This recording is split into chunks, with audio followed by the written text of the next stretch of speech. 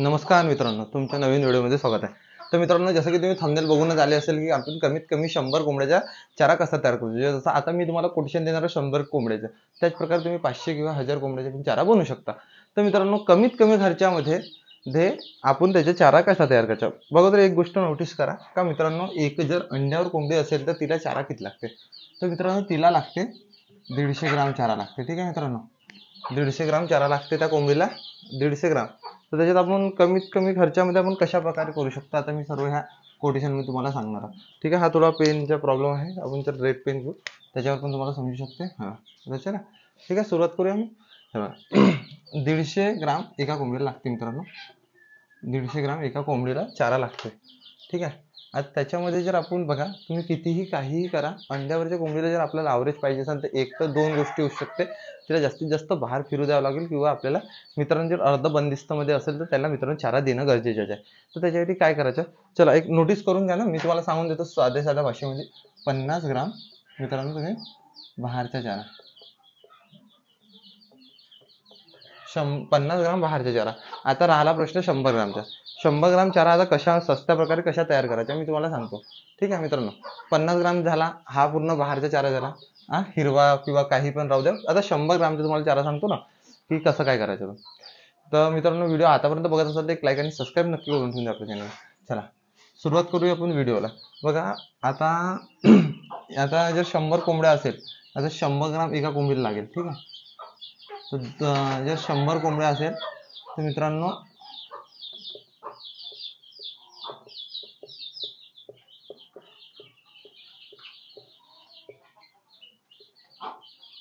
आता आपल्याला 10 किलो चारा लागेल. ठीक आहे, समजलं तुम्ही कसा अंदाज केला. तर आता तुम्ही जर आता मी करून दाखवलं, तुम्ही आपल्या कॅल्क्युलेटरमध्ये घ्या. 100 ग्राम एका कोंबडीला ह्याच्या हिशोबाने गुणीला 10 करा, म्हणजे तुम्हाला किती झाला, 110, म्हणजे 10 किलो चारा लागेल. ठीक आहे, चला आता तुम्हाला नियोजन सांगतोय 10 किलो चारा तयार कसा करायचा. बघा, कमीत कमी खर्चामध्ये, याच्यामध्ये 10 किंवा एक्स्ट्रा जे कमीत कमी खर्चात करायचे आहे, तर ग्राम 12 घ्या, किलोग्राम. ठीक आहे, किलोग्राम. ठीक आहे, 12 किलो चारा लागेल एका कोंबडीला.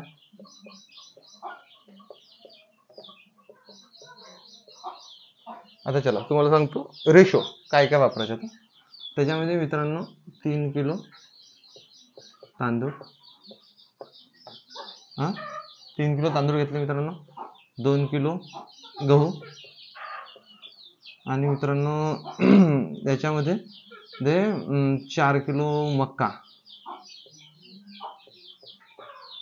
ठीक आहे मित्रांनो, याच्यामध्ये एक काम करू शकतो आपण, 3 किलो गहू घेऊन घ्या, कारण का माझा रेशो कमी जास्त होत राहते नेहमी. 10 किलो, आणि राहिलं मित्रांनो 2 किलो फीड, म्हणजे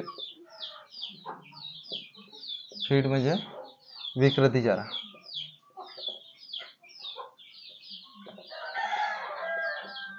विकृती चारा. ठीक आहे, आता एवढं तुम्हाला समजलं, सीध्या आणि साफ भाषेत सांगितलं तुम्हाला. आता मित्रांनो, याचा खर्च किती रुपये मी तुम्हाला सांगून देतो.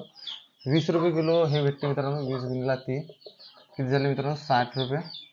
हा पण 20 गुणीला 3 60 रुपये.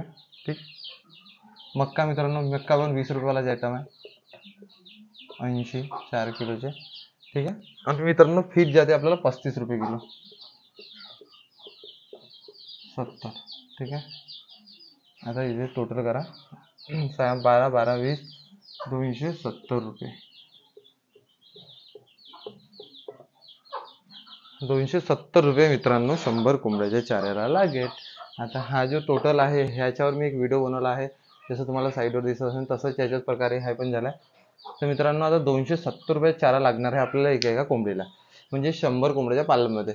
आता हा बघा, हा रेशो तुम्ही कितीही काही करा चेंज होणार नाही आहे, आणि तुम्ही कोंबड्या कितीही बाहेर फिरवा पण तुम्हाला हे एवढाचा खर्च करण्याचा आहे. मित्रांनो, हे तुम्हाला याच्यासाठी सांगितलं आहे बोर्डवर का साध्या आणि सोप्या भाषेमध्ये तुम्हाला समजलं पाहिजे.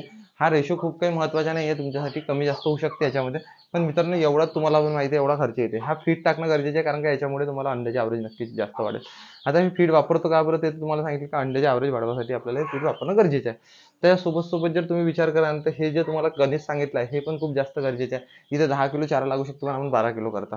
तर हे पण तुम्हाला खूप महत्त्वाचा मुद्दा आहे याच्यामध्ये. आणि तो मित्रांनो तुम्हाला जर समजलं असेल व्हिडिओ, तर तुम्हाला काही छोट्या मोठ्या माहिती राहिल्या मित्रांनो, मोठा भाऊ समजून तुम्ही मला नक्की मेसेज करा. मी तुम्हाला नक्की ह्या विषयावर मदत करेन. आणि मित्रांनो व्हिडिओ आवडला असेल आणि आतापर्यंत बघितला असेल तर एक लाईक आणि सबस्क्राईब नक्की करून ठेवून द्या आपल्या चॅनलला.